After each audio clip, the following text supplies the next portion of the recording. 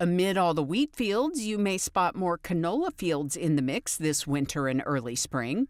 We begin today with OSU Extension cropping system specialist Dr. Josh Lofton, who says several factors are in play. This has really been the first fall that we've had conditions for growers to get out in the field and plant in the time that canola needs to be planted. Is it a narrower window than wheat? A much more narrow window, and wheat has probably about the same size of an optimum planting time, but the flexibility of that wheat provides in that very long window and Dr. Carver's even brought us new varieties that we can plant even outside that traditional window has greatly benefited that crop. We still have a relatively short window for canola.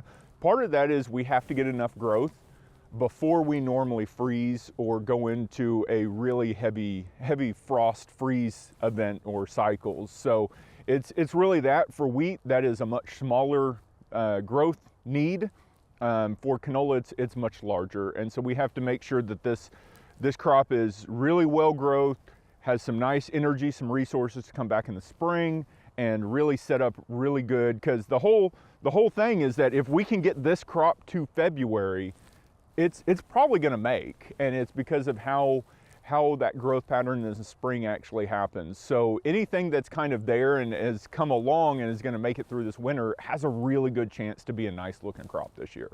We're seeing a few more planted acres in Oklahoma and Kansas, according to the early estimates. Are you seeing kind of a spike in interest, or is it too early to tell?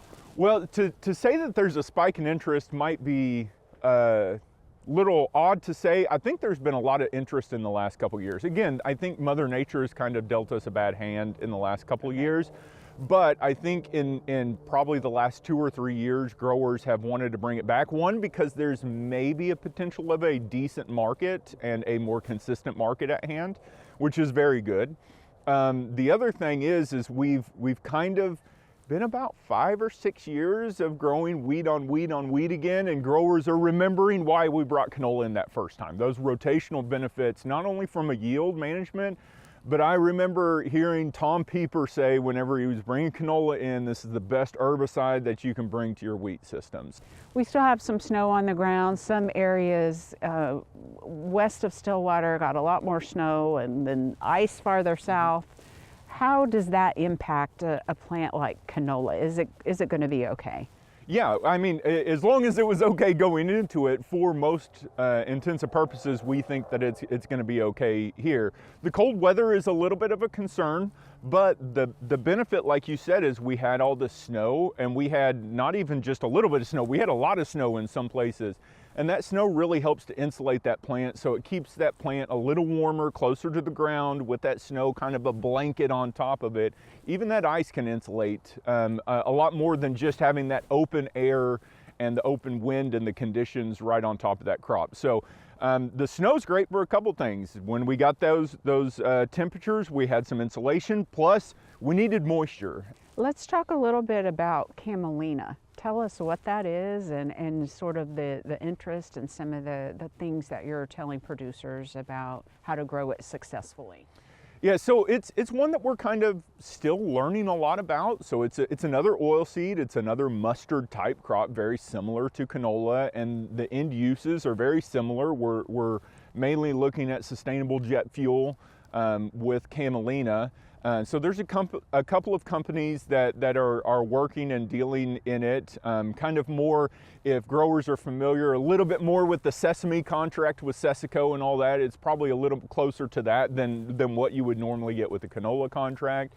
But it is kind of, it is a very unique crop. So it is one that we're actually looking to plant after that canola window. So we talked about Dr. Carver having this new system on wheat where we can plant later. Camelina is kind of that answer to canola. If we want a broadleaf, we want a mustard going into that biofuel industry, we can plant Camelina October, November, December. Here at Oklahoma State, we've looked at it going into January and February. And so maybe it's a wheat crop that we grazed out really heavily. We didn't have a lot of moisture. We got these snowfall events. Come January, we have some moisture, or February. maybe it's an option we want to get in before we go into the summer crop. So does provide us an option, does provide us an alternative to kind of get in, and again, does it have the same rotational benefits of canola? We don't know the answer to that quite yet.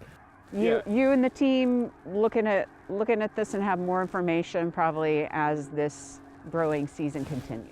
Yeah, so we are continuing to look at Camelina across the state, working with a lot of growers that are growing it this year. So we will continue to look at how to appropriately or best manage the crop in the state. Again, we don't have a lot of answers right now, but we're hoping to get some in the coming years. Kind of an emerging topic and opportunity. Absolutely. All right, Josh, thanks a lot. Thank you. We'll see you again soon.